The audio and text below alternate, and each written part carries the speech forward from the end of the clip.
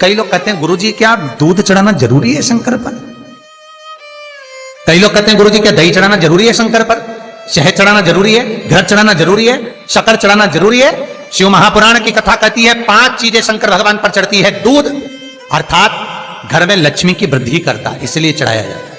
दही शंकर भगवान पर इसलिए चढ़ाते हैं क्योंकि यह परिवार को जोड़ता है। जिसके परिवार में क्लेश ज्यादा होता है, जिसके परिवार में आपस में तकरार ज्यादा होता है, उसको दही जोड़ता है।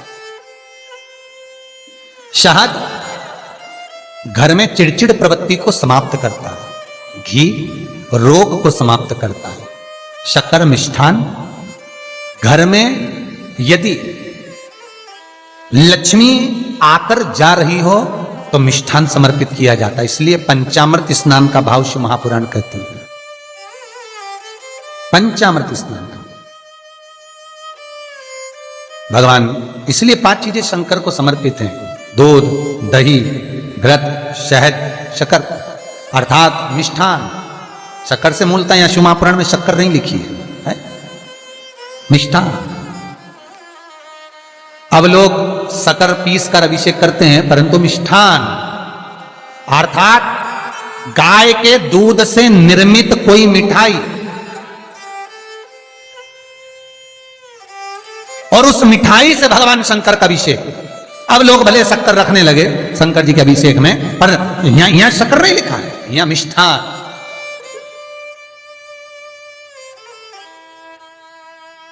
हमारे यहां सहज भाषा में कहते थे उसको खांड अर्थात मीठा। शिव महापुराण की कथा कहती है दर्पण इतना बड़ा ले लो। बंदर वाला अगर दर्पण वाली नहीं तो इतना बड़ा दर्पण लो, हनुमान जी के मंदिर में जाकर, क्योंकि हनुमान शंकर का ही अवतार है। हनुमान जी के मंदिर में जाकर हनुमान जी के उल्टे पांव का थोड़ा सा सिंदूर, चरण का थोड़ा सा सिंदूर एक कागज में लेकर आ जाइए। और हनुमान जी के छोटे भाई, हनुमान जी 6 भाई हैं, उसमें गतिमान, हनुमान जी के छोटे भाई गतिमान का नाम लो और गतिमान का नाम लेकर उस दर्पण पर सिंदूर से त्रिशूल बना दो। सिंदूर से त्रिशूल बनाकर उस दर्पण को घर के बाहर, दर्पण का मुख बाहर की ओर, ऐसे बाहर की ओर मुख कर कर दर्पण को घर के बाहर या दरवाजे पर, बिल्डिंग पर, ऊपर जाली में, फ्रंट में कहीं पर भी उसको लगा दीजिए। महाराज केवल शंकर का स्मरण कर कर, गतिमान का नाम लेकर, हनुमान के उल्टे पांव का सिंदूर का त्रिशूल बनाकर जो दर्पण को लगा देता है, आपको 1 महीने के अंदर अंतर मालूम पड़ जाएगा कि पिछले जो महीने निकले हैं उस महीने का अंदाजा लगाना कि घर में लोग कितने बीमार पड़ते थे और इस दर्पण को लगाने के बाद बीमारी कम हुई कि नहीं हो कम तो ठंडा कर देना, क्या जा रहा है, पर करके जरूर देखना। विश्वास रखकर करोगे, भगवान शिव का अनुमोदन कर कर, भगवान शंकर पर विश्वास रखकर करोगे तो बीमारी घेर नहीं सकती। अकाल मृत्यु हो मरे जो काम करे चंडाल का, काल उसका क्या बिगाड़े जो भक्त हो महाकाल का। शंकर की आराधना करने वाला, शिव का स्मरण करने वाला, शिव को निवेदन करने वाला, शिव अर्चना में डूबने वाला, शिव का अनुमोदन करने वाला कभी दुखी नहीं हो सकता। तो शिव महापुराण की कथा कहती है शंकर को जितना जल प्रिय नहीं, शंकर को जितना बेल प्रिय नहीं, शंकर को जितना शमी प्रिय नहीं, शंकर को जितना दूध दही प्रिय नहीं, शंकर को अगर कुछ प्रिय है तो सत्य प्रिय है। सत्यम शिवम सुंदर। इसीलिए हमारे यहां शास्त्र कहता है ब्रह्मा जी केतकी के फूल को लेकर आए, उसने झूठ बोला। ब्रह्मा जी गाय को लेकर आए, शंकर भगवान के सम्मुख में झूठ बोला। ब्रह्मा स्वयं झूठ बोले तो सिर कटा। कर्मनाशा नदी प्रकट हुई। और शिव महापुराण की कथा कहती है शंकर को सत्य प्रिय है अगर झूठ बोला है। इसीलिए शिव महापुराण का स्पष्टीकरण किया जाए, वर्णन किया जाए तो पहले के समय में अदालत नहीं होती थी, पहले के समय में पंचायत नहीं हो सकती थी, पहले के समय में कोई सभाएं नहीं होती थी, पहले के समय में कोई निर्णायक मंडल नहीं होता था, पहले के समय में केवल एक निर्णय होता था। गांव के लोग ले जाकर शंकर के मंदिर में खड़ा कर देते थे और कहते थे उठा गंगा जली, और कहते तूने ऐसा नहीं किया। गंगा जली उठाकर कह दे कि तूने ऐसा नहीं करा। क्यों गंगा जली उठवाते थे? क्योंकि लोगों ने शिव महापुराण सुन रखी थी। शिव महापुराण में श्री वेद व्यास जी वर्णन करते हैं कि शंकर के मंदिर में, शंकर के ओतले पर, शंकर के मंदिर के अंदर, शिव की चौखट पर, शंकर के अनुमोदन में शिव महापुराण के अंतर्गत शंकर के अनुमोदन में शिव मंदिर में शिव चौखट पर अगर कोई भूल से भी झूठ बोल देता है तो उसकी जिंदगी नरक जैसी निकलती है महाराज। इसलिए कहते तो उठा गंगा जली और कह दे तूने ऐसा नहीं उठा, बोल दे। आपके भी जीवन में अगर किसी को कष्ट है, फिर निवेदन करूंगा, मंदिर में अगरबत्ती भले मत लगाओ, मंदिर में दीप भले मत जलाओ, मंदिर में पेड़ा भले मत चढ़ाओ।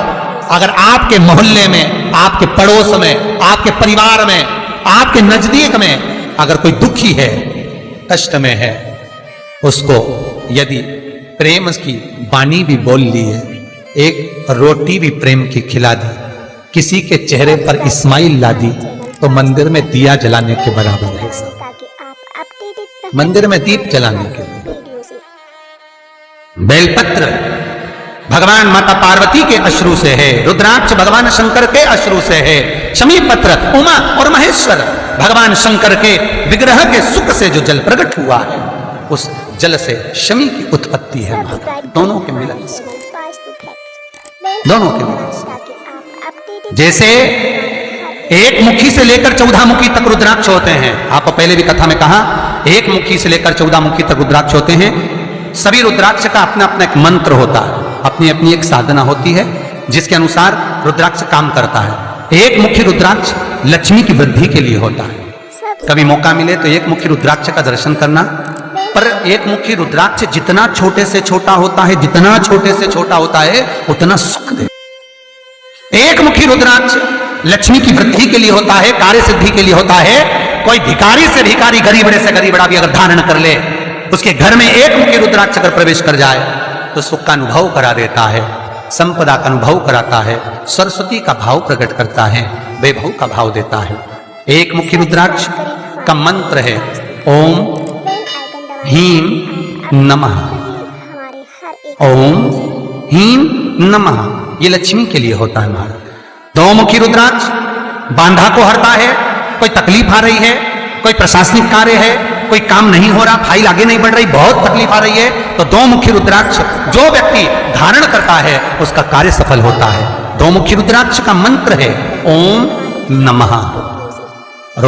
दो मुखी रुद्राक्ष का शिव महापुराण में जो मंत्र दिया है ओम नमः।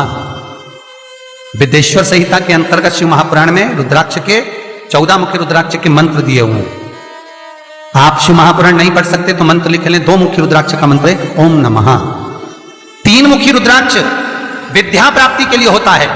कैसा भी अनपढ़ से अनपढ़ व्यक्ति हो, जिसको विद्या में रुचि ना हो, पढ़ ही नहीं पा रहा हो, चित्त वृत्ति ही ना लग रही हो, मन ही ना लग रहा हो, परसेंट कम से कम होते जा रहे हो, तीन मुखी रुद्राक्ष उस बच्चे के गले में लाल धागे में डाल दीजिए। नहीं डाल सकते तो बच्चे के कमरे में जहां वो पढ़ता है, विद्याध्ययन करता है, उसके कमरे में लगा दीजिए। तीन मुखी रुद्राक्ष का मंत्र है ओम क्लीं नमः, ओम क्लीं नमः। ये तीन मुखी रुद्राक्ष का मंत्र है। इन मंत्र को कैसे सिद्ध करना है वो आपको 14 मुखी के रुद्राक्ष के पूर्ण होने पर वर्णन करके। तीन मुखी रुद्राक्ष का वर्णन है ओम क्लीं नमः। चार मुखी रुद्राक्ष खोई हुई वस्तु को प्रदान कर देता है महाराज। यदि कोई वस्तु आपकी खो गई है, कोई सामान आपका रखा गया नहीं मिल रहा, चार मुखी रुद्राक्ष को एक चावल की कटोरी में, अक्षत की कटोरी में घर के केंद्र बिंदु में रख दीजिए महाराज। चार मुखी रुद्राक्ष 2 रात्रि तक रखा रहेगा। तीसरी रात्रि को खोई हुई वस्तु आपके घर में कहीं पर भी प्राप्त हो जाएगी, पर होगी, मालूम पड़ जाएगा कि वस्तु यहां है। चार मुखी रुद्राक्ष का मंत्र है ओम ह्रीं नमः, ओम ह्रीं नमः। फिर वर्णन आया 5 मुखी रुद्राक्ष। ये कार्य में सिद्धि देता है। व्यापार नहीं चल रहा हो, कोई नई दुकान खोली हो, नई फैक्ट्री खोली हो, नया कोई कार्य करने जा रहे हो, नहीं हो रहा है, पैसा लग रहा है पर आवक नहीं हो रही है, तो 5 मुखी रुद्राक्ष फल प्रदान करता है। इसका मंत्र है ओम ह्रीं नमः, ओम ह्रीं नमः। 6 मुखी रुद्राक्ष अटके हुए काम को सफल बनाता है। जिसका विवाह नहीं हो रहा हो, शादी नहीं हो रही हो, रिश्ते बहुत आ रहे हो, संबंध नहीं हो रहा हो, तो 6 मुखी रुद्राक्ष स्त्री हो चाहे पुरुष हो, उसके गले में लाल धागे में डाल दिया जाए। 6 मुखी रुद्राक्ष का मंत्र है ओम ह्रीं हूं नमः, ओम ह्रीं हूं नमः। ये 6 मुखी रुद्राक्ष का मंत्र है। 7 मुखी रुद्राक्ष श्री शिवाय नमस्तुभ्यं। श्री शिवाय नमस्तुभ्यं। श्री